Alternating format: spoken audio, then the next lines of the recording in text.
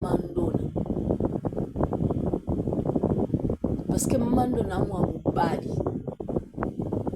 À moi, c'était Jézabel, à mon bali. Moi, c'est ce que ça gagne, moi, si. Mais en réalité de l'homme, comme c'est l'esprit, c'est-à-dire qu'en réalité de lui, c'est un homme. Mutoko mécanité. Yango moni aya penguisa batu na mboka batanzambe. Alongola batu ba dorenza me mboka batanzambe. Yango mona mutu susu akoyenda kuna botoli au pouvoir. Yanda kuna yo. Na ndakuna bandi ko commander yo. Yo mona politesse ya maison ya coutume. Mutu aza bondoki ko tuno la vie. Est-ce que sokola nzoto no bien? Tel niveau.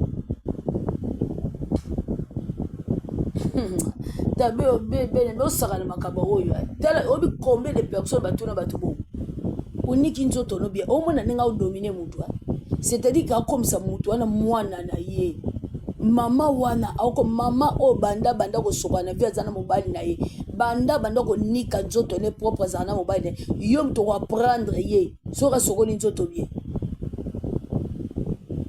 nous qui ne rendez-vous nous niki sokoli nzoto bien tel niveau. Quand on te dit tu n'es pas un enfant de Dieu, non, comme peuple ensemble, la Bible nous dit la puissance 33, le verset 12, tout en amour. Errez les nations, donc l'éternel et les dieux. Puissance 29, tout en me connaît, le verset 10 à 11 nous dit le Seigneur bénit son peuple, le Seigneur donne la force à son peuple, le Seigneur éternel bénit son peuple et les rend errés. Yosa errés. Malgré bon, nous sommes malgré nous sommes errés. Le Seigneur donne le repos. Nous avons appelé ça repos. Mouta tungi ça va sur le côté. Agneau comme un soute. À mon le Père Joseph a veillé le repos.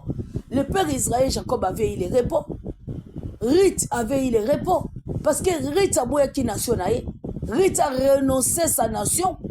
Il a déclaré que le Dieu de Naomi a commencé à mélanger. Ton Dieu sera mon Dieu. Ton peuple sera mon peuple. Comme tu as dit que ton Dieu sera mon Dieu, ton peuple sera mon peuple. Azaki na peuple naïd. Tant que tu as dit que ton Dieu sera mon Dieu, ton peuple sera mon peuple. Aboyi peuple n'était. Nous avons pas mbolo maman. Que le Seigneur se souvient de toi maman. Nous avons kanissé la wakangolo na kombo Jésus Christ. Merci beaucoup pour encourager le Saint-Esprit. Bien aimé.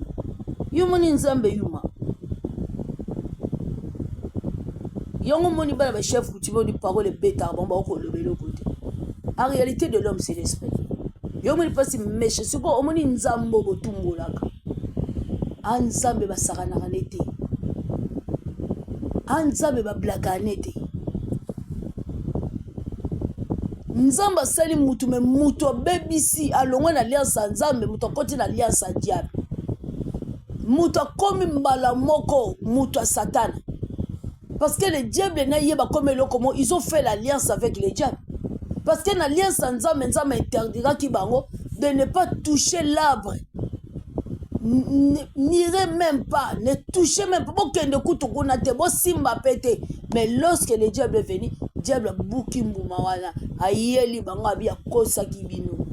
Pour ayebe mokolobino bo lia mboumao. Beaucoup na connaissance.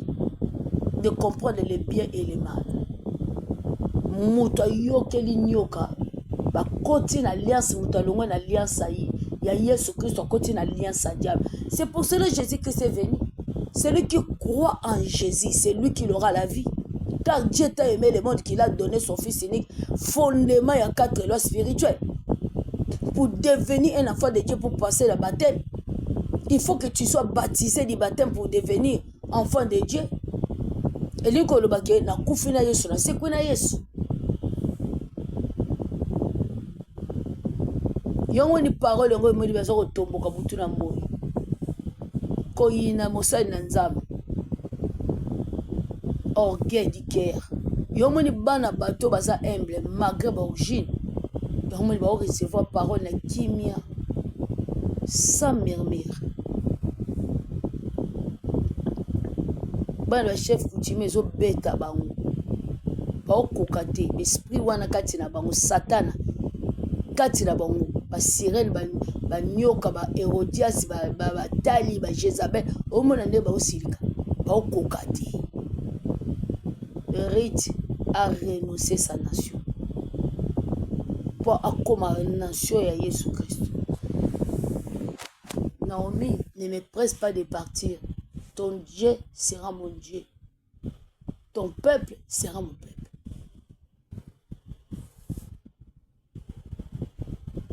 Nzambe no koma nzambe nanga. Batu na yo bakoma batu nanga. Direct a boy nation na yi. Parce que na kati ya nation a subir ba humiliation de jamais vu. A subir kolela vi mobimba kufela mibali.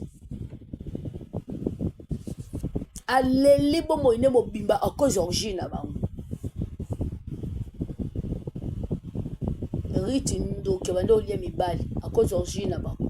Po bango na origine na bango so bali mwasi wana so bali bango bariti ba moabiti so bali bango kaka ofokufa. Si bango bazolie mibali po bazali na sorcellerie. Bazali kindo ke origine na bango. Po bango ndi bandola na mibali meto mokoti. O bando olie mibali ezaki bango moko. Yomoni Rita s'est révolté à une décision de quitter de quitter son pays, de quitter sa patrie. Rita, ce n'est pas Dieu qui l'avait demandé comme le père Abraham. Mais Rita avait compris à Naomi. Rita avait côté la peine vie na bango bien. Rita a vendu benza bandi ko serve vie na bango. Mais bandi ko sala méditation à vie na bango. Rita a venu la méditation à vie na bango. À comprendre que awa tozo nyo comme. Na nyo comme vie na nga mobimba. Et senge na landa mwaso. Po awa na kufela ka mibali, na kufela mbe mutu na nge bande kita na se kitaka na se. Rita renonce peuple na nzambe te mtabimisa ke na kati ya Moab.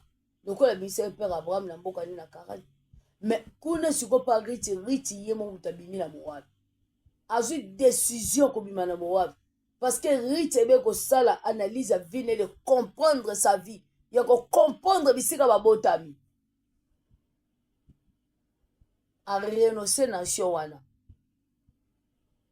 Mbula ni yo ko renoncer héritage à diable na vie na. Mbula ni yo ko renoncer identité. Il y a battu un monde de ténèbres dans la vie. Mon thème, maman, ma Riti. Humilité à Riti foutu. Riti a été récompensé dans la vie. Parce que Riti a pris une zamba bon moi. Abo une zamba ya bokoko. Abo une aïe. Riti a choisi le véritable Dieu. Rita a choisi le peuple de Dieu. Bando ko samba na vie so ponana.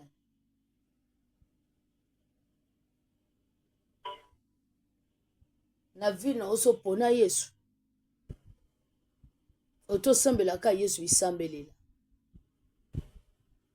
Tango sambela ka Yesu loko ni pe no lobaka na vie no yo moko tango vandaka. Analyse a vie na oso